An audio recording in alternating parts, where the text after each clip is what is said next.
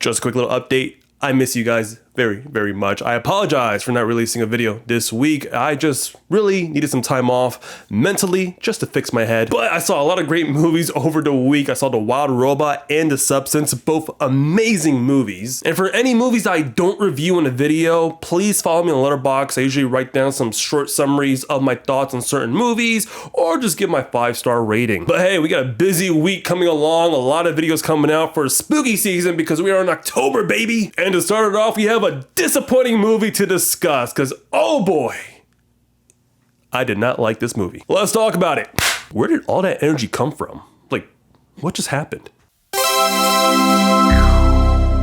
Joker, Folie Deux is directed by Todd Phillips, and the plot of the movie is Arthur Fleck is institutionalized at Arkham, awaiting trials for his crimes as Joker. While struggling with his dual identity, Arthur not only stumbles upon his true love, but also finds the music that's always been inside him. So I was pretty excited for Joker, Folie Deux. I really enjoyed the first Joker movie. Kind of took a big swing for DC to make like an Elseworlds type movie, very grounded, not even having Batman as a character in the movie besides a younger Bruce Wayne. So I was pretty excited when they announced that part 2 was coming out with Lady Gaga being involved, Joaquin Phoenix returning as Joker, and Todd Phillips, who did an amazing job directing the first movie, is back for the second installment. Got to watch this movie at a fan screening this past Monday, and I'm sad to report that this movie is disappointing. Joker Folie Deux feels more like an epilogue to the first movie instead of it being like a true sequel, and I gotta explain why. Let's go with the positives real quick here, and I think the performances from everybody are outstanding. Joaquin Phoenix as Joker is still amazing. He slips right into character. He still plays that same Joker that we enjoyed in the first movie. And again, he's just known for being a great actor. And I thought his portrayal as Arthur Fleck in this second installment was great. Lady Gaga as Harley Quinn was actually pretty damn good for the material that she was given with. I mean, I wasn't really happy with the script, but I do enjoy Lady Gaga as an actress, as a singer. I mean, she could literally do anything. Like, she's great as a performer, and I kind of enjoy her part in this film. Part of me wishes she got to do a little bit more when it comes to her acting skills, but her singing abilities are displayed here perfectly, and I think she did a phenomenal job playing this character the best she can. May not be the same Harley Quinn that we all know from other movies and TV shows, but this is a different spin that I could kind of appreciate. Even the supporting cast was pretty damn good. Like, I was actually happy to see Catherine Keener in this film. She's always a delight to see. And Steve Coogan, who I've not seen in a while too,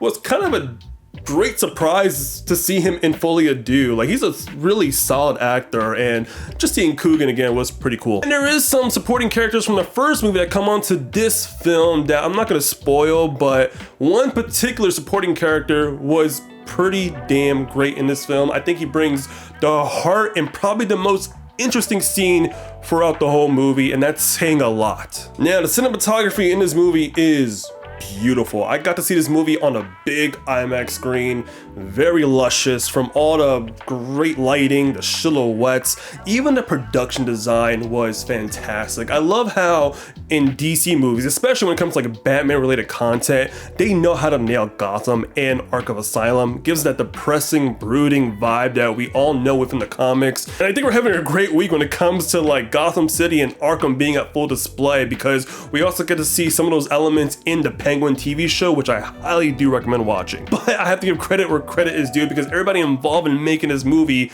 did an outstanding job. One of the more different looking comic book movies I've seen in a very, very long time. And that's pretty much the positives I have within Folie Deux, because really most of the negatives I have revolves around the character decisions, the story, the musical aspects. All of that just kind of bogs down my score. I really feel like the story was very unnecessary. This movie felt more like an epilogue, because we're really just retelling those story elements that we got to see in the first Joker movie onto this film. It really explores all of that within a court drama setting while implementing musical segues and really showing a rush romantic storyline that felt very undercooked. It's a very odd relationship too, because I feel like sometimes it looks very desperate, and I feel like most of the romantic elements are within Arthur's head.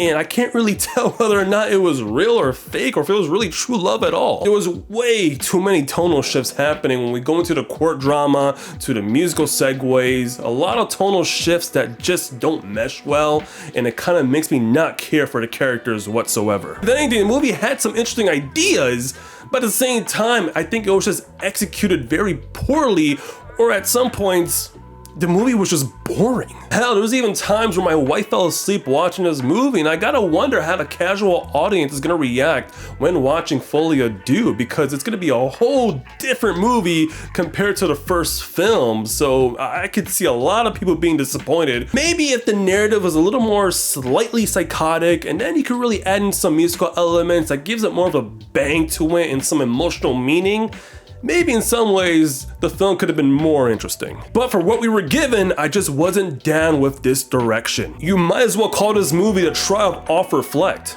with show tunes. And even the court drama stuff that was happening throughout the whole freaking movie, I feel like that should have been shortened. But the whole time, we're just seeing flashbacks of the first movie where it kind of just shows what Joker really did was wrong, which is totally understandable, and yeah, he should be punished for his crimes. But for like 2 hours? Like, do we really need that? You might as well just watch the first movie. There's moments where something does happen, it gets cut way too short within a musical segue that kind of just makes me want to pull my hair out. And look, I know the trailers presented this movie as a musical. I don't mind musicals. I mean, like, there's some really good ones, there's some ones I just don't have any interest in, but I know there's a big audience for those type of genres. And look, if you're a musical fan watching my review, at least agree with me on this. The musical transitions were annoying. Most of the musical introductions come through conversations. Whenever Joker and Harley are talking to each other, they go right into a song and dance, and then 5 minutes later the same thing happens over and over again, even to the point where Arthur was telling Harley, please stop singing, please listen to me. And I could tell even the audience, when they go right into a musical number, everyone's like, oh, crap. Here we go again. So I don't know what they were trying to do here with those musical segues. I mean, there's probably only 2 of them that I really enjoy, but the rest just felt very sluggish and just didn't really move the needle whatsoever. So many interesting ideas in this film that could have been executed correctly, but at the same time we were so hung up on Joker's past crimes, in which at that case, just watch the first movie. I don't need a retelling of that in a sequel. Show me a little more Harley Quinn in Folie, Deux, a more deeper dive relationship between these 2 characters. Throw away the fantasy elements of their relationship and give me something more grounded and chaotic when it comes to Joker and Harley falling in love. It's one thing when you're stripping away the character's personality in the comics, but at the same time, you gotta sell me on something that's gonna make me invested in these new iterations of Joker and Harley. Sometimes they hit, sometimes they miss, and that's totally fine. I think they swung big when it came to making Joker Folie, Deux, but this was a big miss for me. That's why I'm giving this movie a 2 out of 5. It's not a high recommendation for me. If you really enjoyed the first Joker movie, you may not like the second installment of this film. Feels like a pointless sequel that tells a story that we kind of already know from the first film, and this is just more of an epilogue and kind of mix in some wacky musical elements that really explores Joker and Harley's relationship that feels more just a fantasy than a reality. And who knows, maybe there might be people who will enjoy this movie, and that's totally fine. If you enjoy it, hey, let me know in the comments down below. But for me, it just wasn't my cup of tea, and I do feel like a lot of people that I talked to did not enjoy this film as well. Anyway, those are my thoughts on Joker Folie, Deux. Please leave a comment down below what you think of this film. If you're gonna plan on watching it, if you have watched it early, let me know your thoughts. And please don't forget to subscribe to the channel if you're new on watching my reviews, and like this video as well. I do appreciate all the love and support. I will catch you guys on the next video. Have a great day. Take care. Bye-bye.